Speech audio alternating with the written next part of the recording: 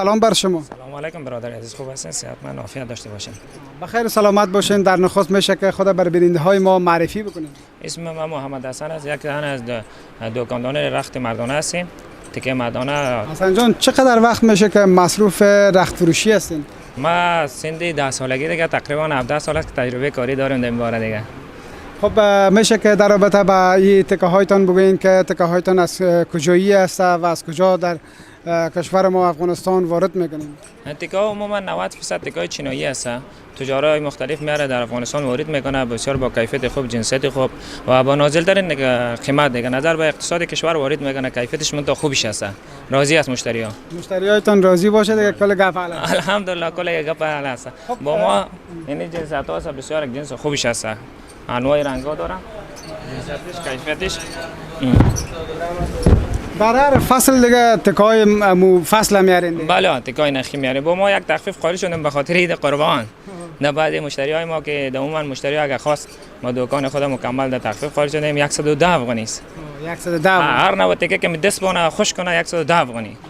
مثل دوستای دیگه ما رو لیلام میکنه؟ نه ما لیلام نمیکنیم، فقط صرف به خاطر عید قربان. بعضی اقتصادی ضعیف است، پول نداره، بعضی تکه همین تکه 110 ما را 130 و 40 به اونا میفروشه. ما او کارو نمیکنیم، فقط به خاطر وجدان خود آرام باشیم، راحت باشیم. 110 افغانی بس مکمل دکان تا تخفیف گذاشتیم. همین روزهای خوشی، روزهای خوب ما که هموطنای ما یک روز خوشی دارن، کسایی که دکاندارایی که هستن تخفیف میکنن. تخفیف چقدر خوب است برای یک هموطن ما؟ تخفیف بسیار خوب است. بعضی ها هست در روز عید میبینی لباس نداره، بوت نداره، کفش نداره، بسیار راحت میباشه که میتونه که با پیسه بسیار کم و قلیل یک جور لباس به خود بپوشه. روز عید بتونه که با دوستان و رفیقان خود خوشی سپری کنه. چون مؤمن که هست برادر مؤمن، انما المؤمنون اخوه. اگر اونا غمگین باشه ما هم غمگین هستیم، اگر اونا خوش باشه ما هم خوش هستیم. یک تعداد از هموطنای ما که دکاندار هستن قیمت فروشی میکنن. من حیث یک هموطن عزیز ما که شما هم من حیث یک مسلمان در این روز خوشی تخفیف دادین برای هموطنای ما، کسایی که توان خرید یک جور لباس ندارن. گفتنی شما، پیام شما به وید دکاندارا چی است؟ پیام ما زیاد است، پیام ما دردای دل زیاد است. ما گفتنی ما برای همه تجارا همی است که باید در زمان عید همه وقت باید همدردی، حس هم ملتی، وطن دوستی داشته باشه، ملت خود دوست داشته باشه. چون اگر چوی ایستاده میگه دست افتاده گیر، اگر ما و شما یک غریب و یک فقیر خود دستش نگیریم، بیگانه که هیچ وقت گرفته نمیتونه. خب نام خدا در دکانتان تکاهای زیاد است، انواع تکا است. خودتان از بگین که چند جور لباس جور میکنین در روز عید؟ در روز عید عموما ما اکثرا در عید رمضان یک جوره و دو جوره جور میکنم. در عید قربان چون یک ذره هوا گرم میشه 3 جوره جور میکنم، چون اسراف حرام است. من نمیخوام که زیافته جور کنم. امروز زیافته جور نمیکنم، یک دوست خود یک جوره لباس تحفه میدم. چطور از مشتریایتان از کجا میان تکه میخرن؟ بازارایتان چطور است؟ الحمدلله راضی هستیم. مشتری ها از ولایت بلخ زیافتر است، ولایت های همجوار هم میام، شبرغان، میمنه، ایس و قندوز میام، سرپل میام، این طرف تخار، بدخشان هم این طرف میام. الحمدلله زیاد است مشتری ها. با ما خصوصا که این سالی که الحمدلله می مای در عید قربان تخفیف گذاشتیم. الحمدلله راضی هستیم از الله. فایده کم برکت زیاد. بس دکان به 110 افغانی هر نوع تکه که بخواید دست بونه خوش کنه دیگه ما میگیم متر کو.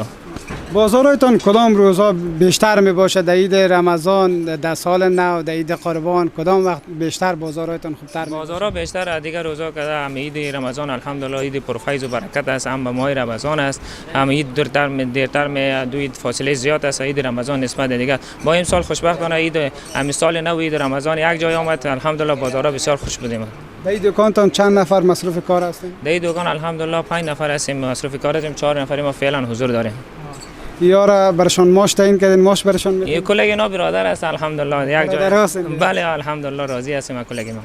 از کارتان راضی هستین دیگه؟ الحمدلله اول از خدا راضی هستیم که می دکان به ما نصیب کرده، دوم از خود ما راضی هستیم، از هموطنان ما راضی هستیم که میای از ما خرید میکنه. تشکر، سلامت باشن.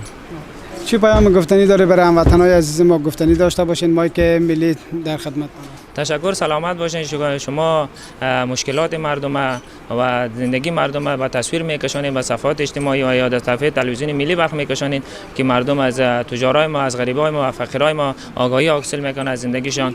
110 افغانی هر نوع تکه‌ای که میخواد که بخواد ذوق دلخواهشان بخواد از این پیدا میشه. 110 افغانی تخفیف گذاشتیم. بیاین حضور پیدا کنن ببرن برای خود. بخیر و سلامت باشین. سلامت باشین، خوش آمدین که قدم رمز آمدین.